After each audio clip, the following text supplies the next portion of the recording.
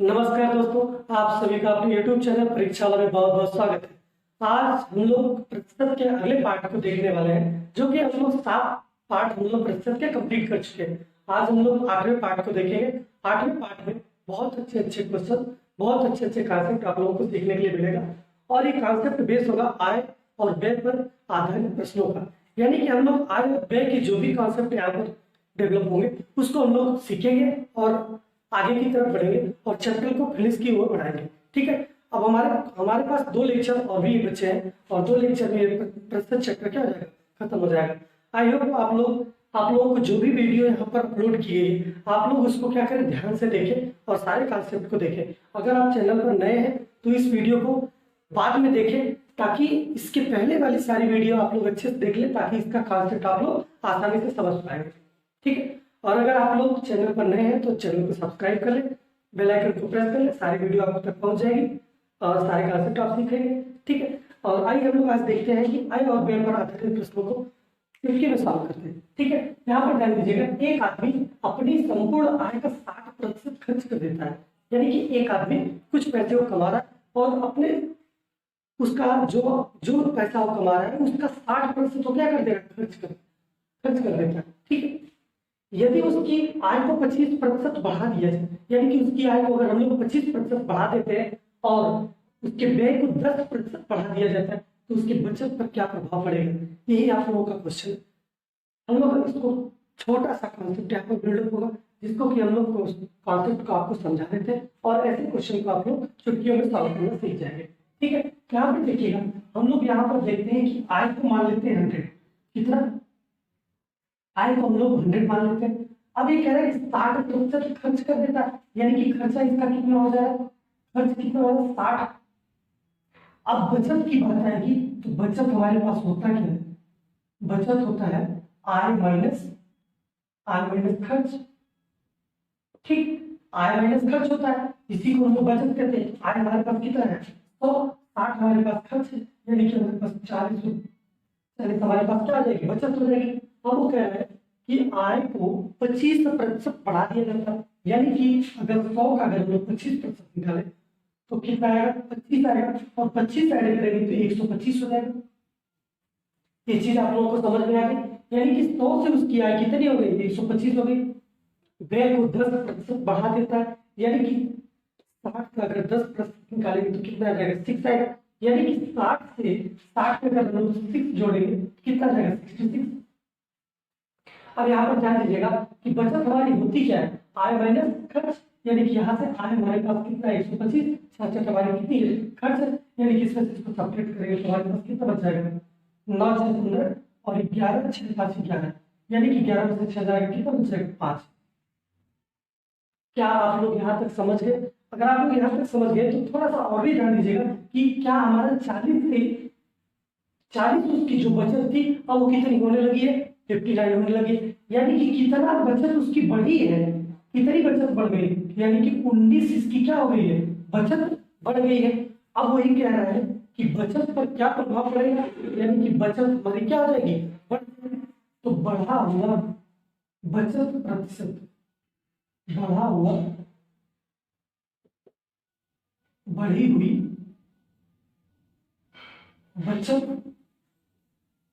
प्रतिशत कितना हो जाएगा, बढ़ी हुई बचत क्या है हमारी 19 है, यानी कि 19 बटे किसके रिस्पेक्ट में हम लोग देख रहे हैं, 40 जो हमारा था उसके रिस्पेक्ट में देख रहे हैं, यानी कि 40 हमारा कहाँ पे आ जाएगा, नीचे की चला जाएगा, और गुणे में क्या लिखते हैं, 100, यानी कि 20 5 100, 20 दूना में 40, यानी कि 19 चौक 76, 19 पचे 95, यानी कि 95 बटे 2 इक्वल टू 2 चौक 8, 2 7 14, एक बच जाएगा और नीचे में 2%, यानी कि 47% क्या हो जाएगा इसका, 47 में 1/2% क्या हो जाएगी, इसकी बचत क्या हो जाएगी, बढ़ जाएगी। आप लोगों को ये क्वेश्चन समझ में आ गया होगा। अगर ये क्वेश्चन आप लोगों को समझ में आ गया तो दूसरा भी क्वेश्चन देख लीजिए इसी यहाँ। और इसी के साथ हम लोग दूसरे क्वेश्चन में, जो हमारे ये बहुत ही बार क्वेश्चन में पूछा जाता है, बहुत ही अच्छा क्वेश्चन है एग्जाम में, इससे तो क्वेश्चन आता ही आता है। आप लोग इसको सीखिए और ध्यान दीजिएगा कि सारे एग्जामिनेशन के लिए ये चैप्टर क्या है, बहुत ही इंपॉर्टेंट है। देखिए और इसको समझने का प्रयास करें। ठीक है, एक आदमी अपनी संपूर्ण आय का 60% मकान पर खर्च कर देता है, 20% शिक्षा पर खर्च कर देता है और 10% अन्य जरूरतों पर खर्च कर देता है। यानी कि इसके बावजूद इसके पास 8,000 रुपए की क्या हो जा रही है, बचत हो रही है। आप लोगों को समझ में आ गया। यानी कि हम लोग अगर यहाँ से देखें तो संपूर्ण आय की बात करते हैं तो संपूर्ण आय हम लोग मान लेते हैं, संपूर्ण आय हम लोग मानते हैं 100।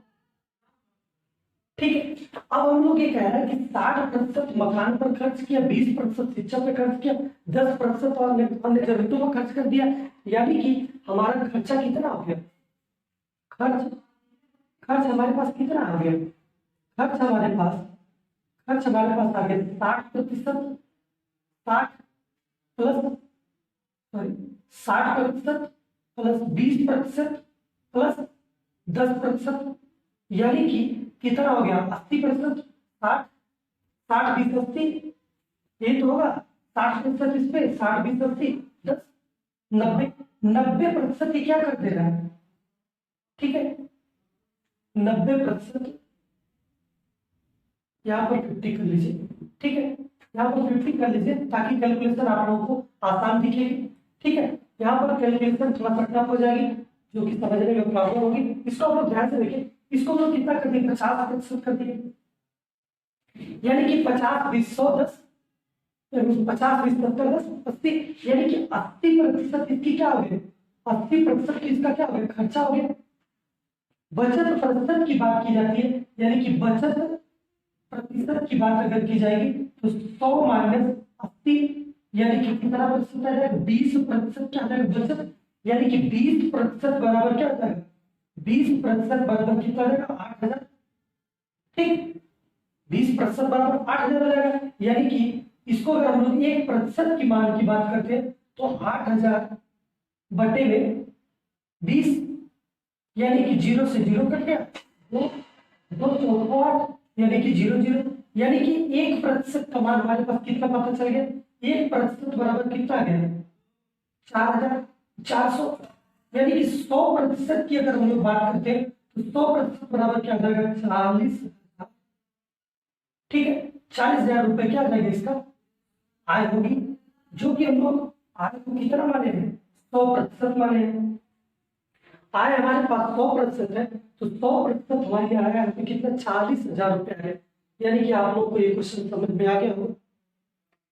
अगर आप लोग को ये क्वेश्चन समझ में आ गया तो आप लोग वीडियो को लाइक करें, शेयर करें, कमेंट करें और आप लोग इस वीडियो को 2 बार कम से कम देखें, और जिससे कि आप लोग बार बार इसको देखने से आप सारे लोग क्वेश्चन का प्रैक्टिस हो जाएगा आप लोगों के पास, और आप लोग इसको इस टाइप के क्वेश्चन जो भी आएगा एग्जाम में आप लोग इसका अच्छे से आंसर निकाल पाएंगे। ठीक है, अब इसके बाद आप लोग तब तक स्क्रीनशॉट ले लें, इसके बाद हम अगले क्वेश्चन को करवाते हैं।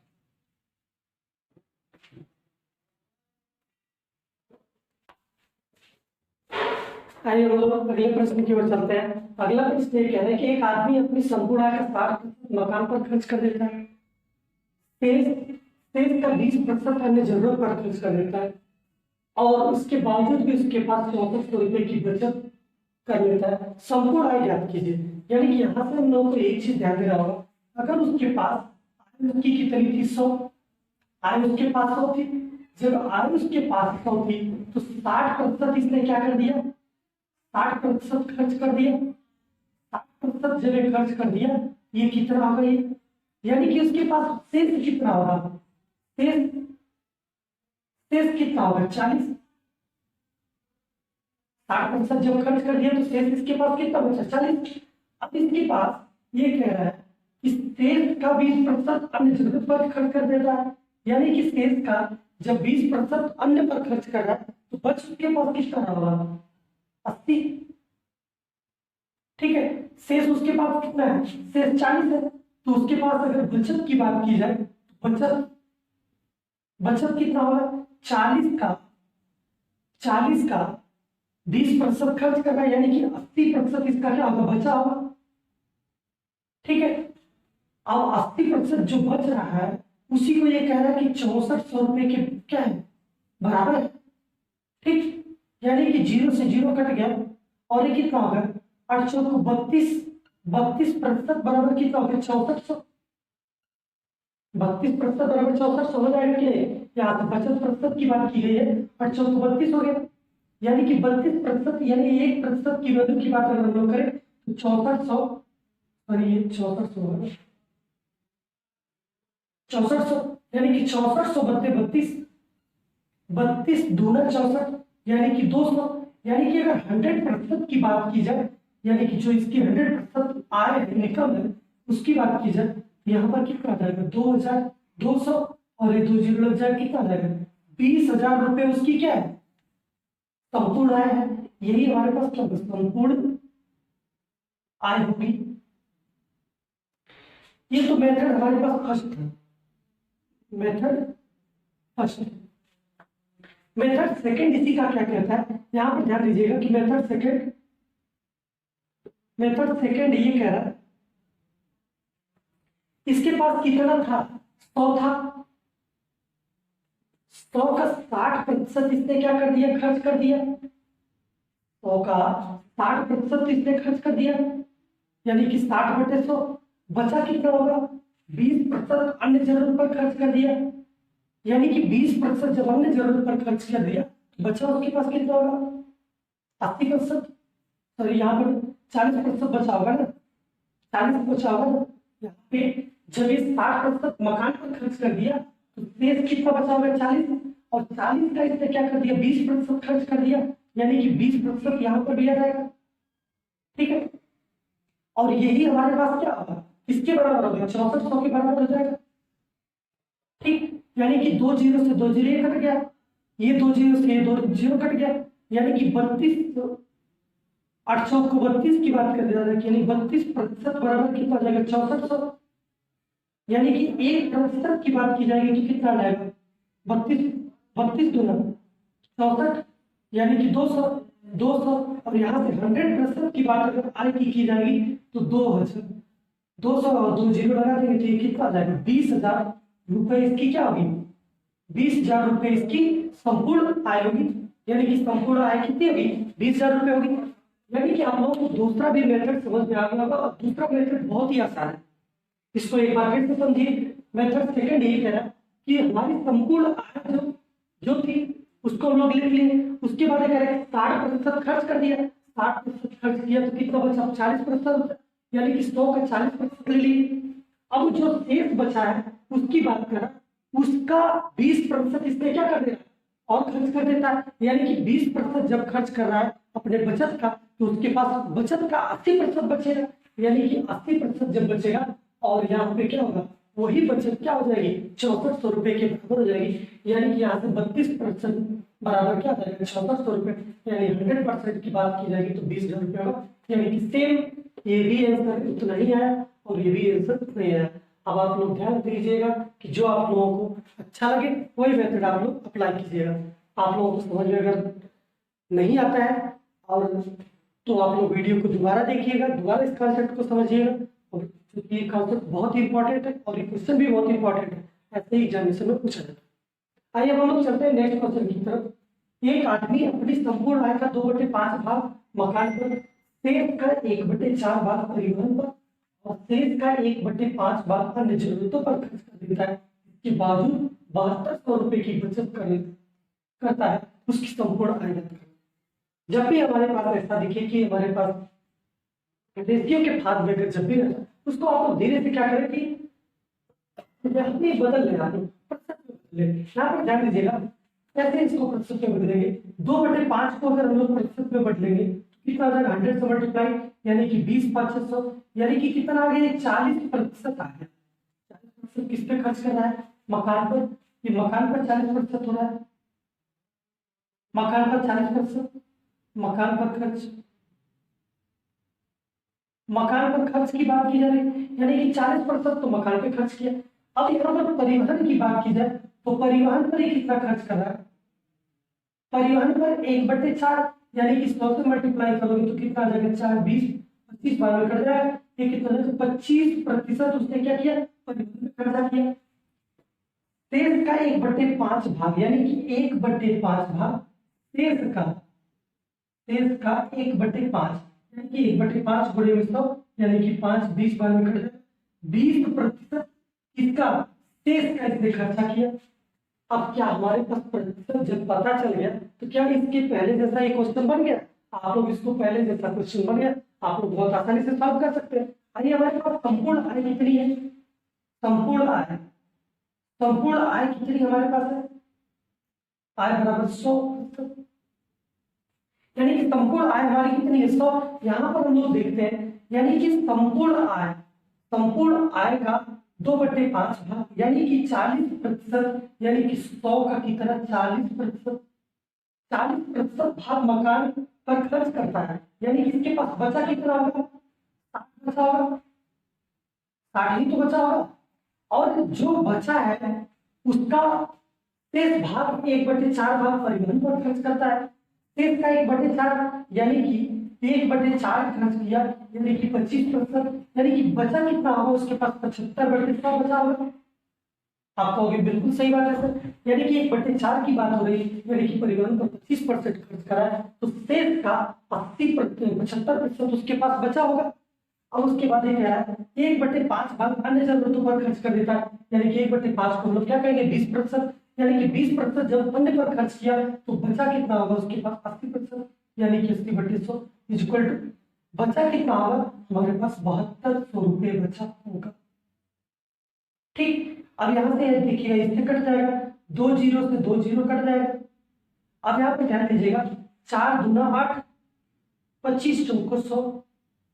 ठीक, अब इसके बाद देखते हैं 25 तिया 75, 2 तिया 6, यही तो होगा 6 गुणे 6, यानी कि 7200, यानी कि इतना ही प्रतिशत हो जाएगा। यानी 1% की बात जब की जाएगी तो 6 6 के 36, यानी कि 7200 बटे में 36, यानी कि यहाँ पर ध्यान दीजिएगा कि 1% का मान यहाँ से हमारे निकल कर क्या आ जाएगा? 7200 बटे 36, यानी कि 36 दूना 72, यानी कि 200, यानी कि यहाँ से क्या निकल कर क्या आएगा? 200 आ गया, किसके? 1% के बराबर, यानी कि 100% की जब बात की जाएगी कितना आ जाएगा? कितना आ जाएगा? 2000, 2000 एक जीरो लगाएंगे, यानी कि 20,000 रुपए क्या होगा इसकी? 20,000 रुपए क्या होगी इसकी? कंप्लीट इनकम होगी। ठीक है, 20,000 रुपए इसकी क्या होगी? संपूर्ण आय होगी। ठीक है, आई होप क्वेश्चन आप लोगों को समझ में आ गया होगा। बहुत ही अच्छा, बहुत ही प्यारा क्वेश्चन था, और ये दोनों में एक ही कॉन्सेप्ट यूज हो रहा है। आप लोग इसको देखिए, यहाँ पे प्रतिशत के फॉर्म में दिया था, यहाँ पर प्रतिशत के फॉर्म में यानी कि भिन्न के फॉर्म में दिया है। आप लोग इसको चाहें तो बदल ले, और नहीं अगर बदलना चाहते हैं इसका आगे हम फिर से इसका कॉन्सेप्ट बताएंगे। आगे और भी इस कॉन्सेप्ट को अच्छे से और डिटेल बताया जाएगा। आप लोग वीडियो पर बने रहे, देखते रहे, और उसके बाद हम और भी क्वेश्चन अच्छा अच्छा आपको करवा रहे हैं। ठीक है, आई होप आप लोगों को ये समझ में आ गया हो। आप लोग तब तक इसका स्क्रीनशॉट लें, फिर उसके बाद हम लोग नेक्स्ट क्वेश्चन की ओर चलेंगे।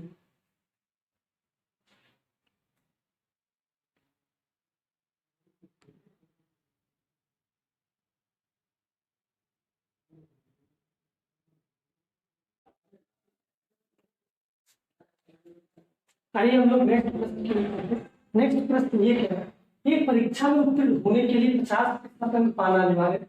राकेश को 230 अंक प्राप्त हुआ, वह 20 अंकों से अनुत्तीर्ण रहा, तो परीक्षा का पूर्णांक ज्ञात कीजिए, प्राप्तांक भी बताएं। यानी कि ध्यान दीजिएगा इसको कि जो हमारे परीक्षा पर आधारित प्रश्न है ये बहुत इंपॉर्टेंट होते हैं, और ये पेपर में अवश्य आते हैं। यानी कि इसके आने की पॉसिबिलिटी जो है वो बहुत ही ज्यादा होती है, और इस टाइप के क्वेश्चन आने की प्रोबेबिलिटी क्या होती है? बहुत ही ज्यादा होती है। तो आप लोग इस चीज को ध्यान दें कि इसको कैसे सॉल्व करना, और इस कॉन्सेप्ट को ध्यान से सीखें। ठीक है, यहाँ पर ध्यान दीजिएगा कि परीक्षा में उत्तीर्ण होने के 50% अंक प्राप्त करना अनिवार्य है, यानी कि 50% ही क्या इसका पासिंग मार्क होगा। ठीक है, अब कह रहे हैं राकेश को 230 अंक प्राप्त हुआ, यानी कि 230 अंक तो ये पाया था, लेकिन वो 20 अंकों से क्या रह गया? और उत्तीर्ण रह गया, यानी कि 20 इसमें जोड़ दे तो क्या ये प्राप्तांक इसका हो जाएगा? यानी कि ये इतना पा जाएगा तो पास हो जाएगा। क्या जब ये पासिंग मार्क हमारे पास ये भी बन रहा है और पासिंग प्रतिशत ये भी बन रहा है, यानी कि क्या 50% बराबर हमारे पास क्या है 250, यानी कि 1% की बात अगर हम लोग करें तो 250 बटे में 50, यानी कि 5×5 यानी कि कितना हो जाएगा, ये 5 बार में कटेगा। 100% की बात अगर हम लोग करते हैं कितना आ जाएगा, 500 आ जाएगा। क्या हमारे पास लाभ पूछा था, तो परीक्षा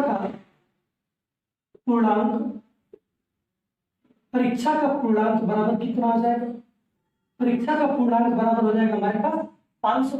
अब ये कह रहा है कि सेकंड वाले पार्ट में ये कह रहा है कि प्राप्तांक प्रतिशत ज्ञात करें, यानी कि प्राप्तांक प्रतिशत की बात की जा रही है, यानी कि प्राप्तांक प्रतिशत की बात की जा रही है। तो यहाँ पर ध्यान दीजिएगा कि पाया कितना था 230 पाया था ये, लेकिन वो कितने में पाया था, 500 में से पाया था ना, तो 500 बटे में और यहाँ पे कितना आ जाएगा 100, हमको ये भी निकालना है, प्रतिशत निकालना है, यानी कि 2 जीरो से 2 जीरो कट जाएगा, 5 चौको 20, 5 छक्का 30, यानी कि 46% अंकों क्या किया था, प्राप्त किया था। यही हमारे पास क्या है, 46% अंक पाया था और उसके बाद 20% से अंतरित हो गया था। यही हमारा क्या है आंसर। प्राप्तांक की बात कर रहे हैं तो प्राप्तांक हमारे पास 46% हो गया, और यहाँ पे अगर पूर्णांक की बात कर रहे हैं तो पूर्णांक हमारे 50%। आप लोगों को समझ में आ गया? अगर समझ में आ गया तो अगले प्रश्न की ओर चलते हैं। यहाँ पर देखिएगा एक परीक्षा में उत्तीर्ण होने के लिए 45% अंक पाना अनिवार्य है। राकेश को 45% अंक प्राप्त हुआ और 50 अंकों से उत्तीर्ण रहा, तो परीक्षा पूर्णांक ज्ञात कीजिए। यानी कि जब 45% अंक पाना अनिवार्य है तो राकेश को 40% अंक मिल रहा है और 50 अंकों से उत्तीर्ण हो जा रहा है। यानी कि जब 45% उसको पाना है तो पा कितना है 40%, यानी कि 45 में से अगर हम लोग क्या करते 40% को अगर घटा दें तो क्या हमारे पास यही प्रतिशत मिलेगा, जो कि हमारे 50 अंक है और इसी 50 अंक से उत्तीर्ण हो रहा है। यानी कि जो जब हम इसमें से घटाएंगे तो हमारे पास ये मिलेगा कितने प्रतिशत अंकों से वो फेल हो रहा है, यानी कि अनुत्तीर्ण हो रहा है, यानी कि 5% अंकों से अनुत्तीर्ण हो रहा है। तो 5% अंक किसके बराबर हो जाएगा, यानी कि 50 अंकों के उत्तीर्ण के बराबर हो जाएगा, यानी कि 5% हम लोग यहाँ से निकाल लेंगे 50 के बराबर हो जाएगा। यहाँ से 5 दहा में 50, अगर 100% की बात अगर हम लोग करें तो यहाँ से कितना आ जाएगा 100% बराबर यहाँ से आ जाएगा 1000 अंक। ठीक है, 100% बराबर 1000 अंक आ जाएगा और यही क्या है परीक्षा का पूर्णांक। आप लोगों को समझ में आ गया होगा। परीक्षा का पूर्णांक ही हमसे पूछा था, यानी कि परीक्षा का पूर्णांक हमारे पास क्या है 100% है, यानी कि 100% अंक बराबर कितना आ जाएगा 1000 अंक आएगा। ठीक, ये भी पार्ट आप लोगों का आज फिर से है। अब हम लोग क्या करेंगे कि आगे हम लोग नेक्स्ट पार्ट को देखेंगे। अगर ये वीडियो आप लोगों को अच्छी लगी हो तो आप लोग लाइक करें, शेयर करें और कमेंट करें, और अगर आप चैनल पर नए हैं तो चैनल को सब्सक्राइब कर लें, जिससे कि आप लोग आगे आने वाली सारी वीडियोस का नोटिफिकेशन आप लोग बेल आइकन को ऑन कीजिएगा, जिससे कि आप लोग का सारा नोटिफिकेशन आप तक पहुंचता रहेगा और आप अपनी प्रिपरेशन को कंटिन्यू बनाए रखें। Thank you.